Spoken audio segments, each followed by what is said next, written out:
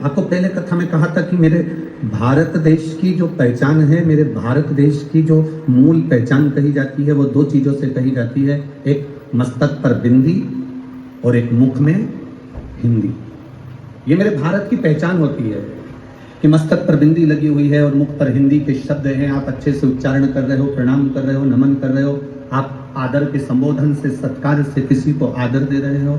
ये आपकी पहचान होती है, ये भारत देश की पहचान है।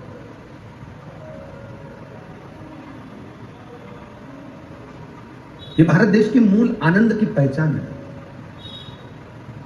शिव कथा कर रही है, भगवान शंकर का संवाद कर रहा है, शिव महापुराण की कथा कर रही है।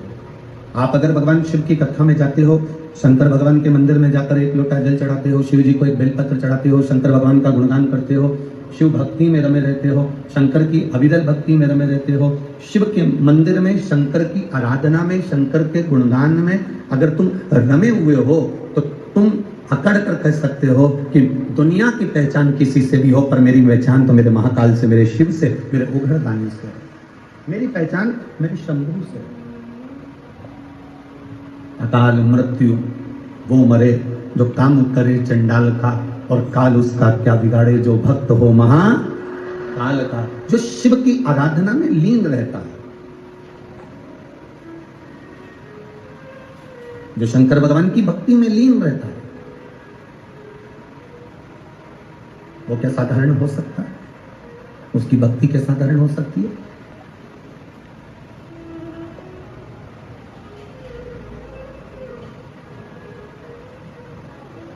वो भक्ति साधारण हो ही नहीं सकती। हमारे यहां सहज भाषा में कहते हैं कि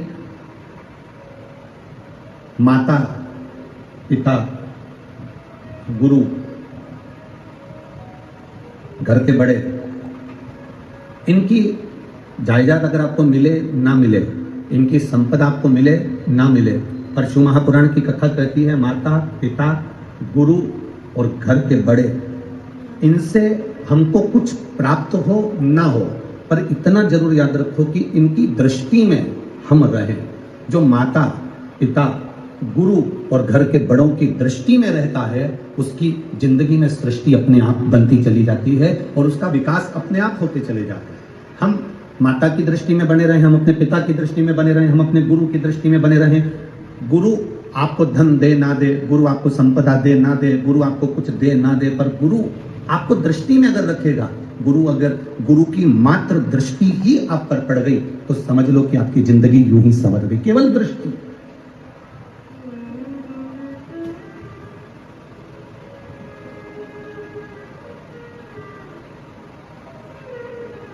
एक छोटी सी बेटी,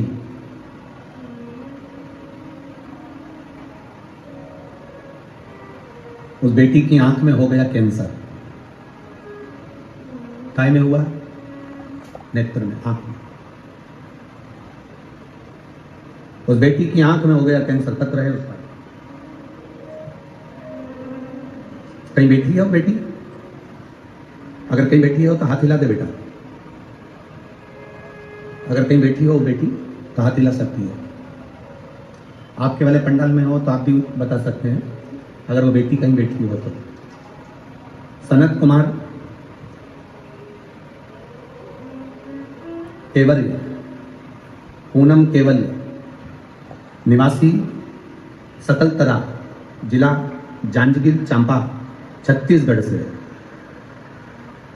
जांजगीर चांपा छत्तीसगढ़ से है, ठीक है। 3 वर्ष की उसकी आयु है।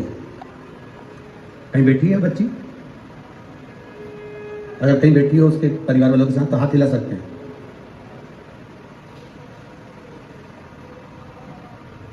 मैं बाबा का क्या वर्णन करूं गुरुदेव।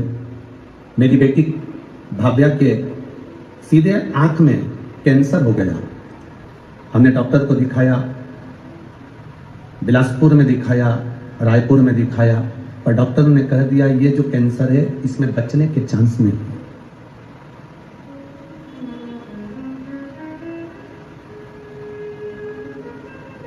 बिलासपुर, रायपुर दिखाने के बाद डॉक्टर ने कहा इसमें बचने के चांस नहीं है, ये बच्ची बचेगी नहीं, क्योंकि कैंसर पूरे आंख के माध्यम से शरीर के अंदर आ गया। तब किसी एक पड़ोसी ने कहा कि इस बच्ची को अपन यहां से हैदराबाद ले जाते हैं। हैदराबाद में अच्छे डॉक्टर को दिखाया। डॉक्टर ने कहा इस बच्ची के बचने की कोई गारंटी नहीं। डॉक्टर ने कहा कीमो करके देख लो, अगर थोड़ा बहुत आराम मिल जाए, पर बच्ची बचेगी नहीं। हम उसको दिखाकर वापस ले आए। पड़ोसन ने फिर कहा अपन हैदराबाद दिखा जाए हैं, रायपुर बिलासपुर कर दिया है, डॉक्टर ने कहा है कि हम कीमो करने को तैयार हैं। अब एक काम करते हैं, इस बच्ची को रोज शिव जी के मंदिर लेकर चलते हैं, भोलेनाथ जी पर जल चढ़वाएंगे, वो जल इसकी आंखों पर लगा देंगे और रोशनी तो आंख की चली ही गई है, कैंसर तो इसको हो ही गया है, तब फिर वापिस अपन इसका कीमो करवाते हैं। भोलेनाथ जी पर भरोसा कर कर शिव जी के मंदिर में जाना चालू करा, पशुपति व्रत करना प्रारंभ करा और उसको वापिस 1 महीने के बाद हैदराबाद ले गए। डॉक्टर से कहा कि डॉक्टर साहब इसका कीमो चालू कर दीजिए, आप चाहें तो इसका ऑपरेशन करना चालू कर दीजिए। अब हम भोलेनाथ जी को इस बेटी को दे दिए हैं, हमने इस बेटी को शंकर भगवान को दे दिया। अब ये बेटी शिव जी की है, बचेगी कि ना बचेगी कि उसके हाथ में। जैसे ही कीमो करवाने के लिए आतुर हुए और दिखाना प्रारंभ करा, जांचें प्रारंभ हुई, बाबा की कृपा से बाबा ने ऐसी करुणा कर दी कि मेरी बेटी की आंख का कैंसर समाप्ति पर आ गया और उसकी रोशनी आंख की आ गई। मैं बाबा को यहाँ पर नमन करने आई हूँ, जिसकी रिपोर्ट नॉर्मल आई है।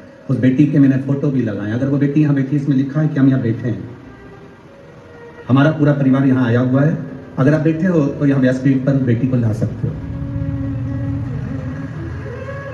उसके फोटो यहाँ लगे हुए हैं। शिव तत्व इसी को कहते हैं, शंकर ओघड़ी इसी को कहते हैं। तेरी कृपा बिना न हिले एक भी अणु, लेते हैं श्वास तेरी कृपा से तनो तनो। एक फोटो में बेटी की जो आंख में कैंसर है वो, और दूसरा फोटो जो मेरी बेटी ने वापस देखना चालू करा, वो दोनों फोटो इसमें लगे। आपको लगता होगा कि आप शिव महापुराण की कथा सुनने के लिए आए हो, पर आपके अंदर एक विश्वास जागृत करना कि आप शिव महापुराण की कथा सुनने के लिए नहीं आए हो। शंकर भगवान को जिसका संकट काटना होता है, उसी को यहां तक खींचकर बुलाता है, नहीं तो बुलाता ही नहीं।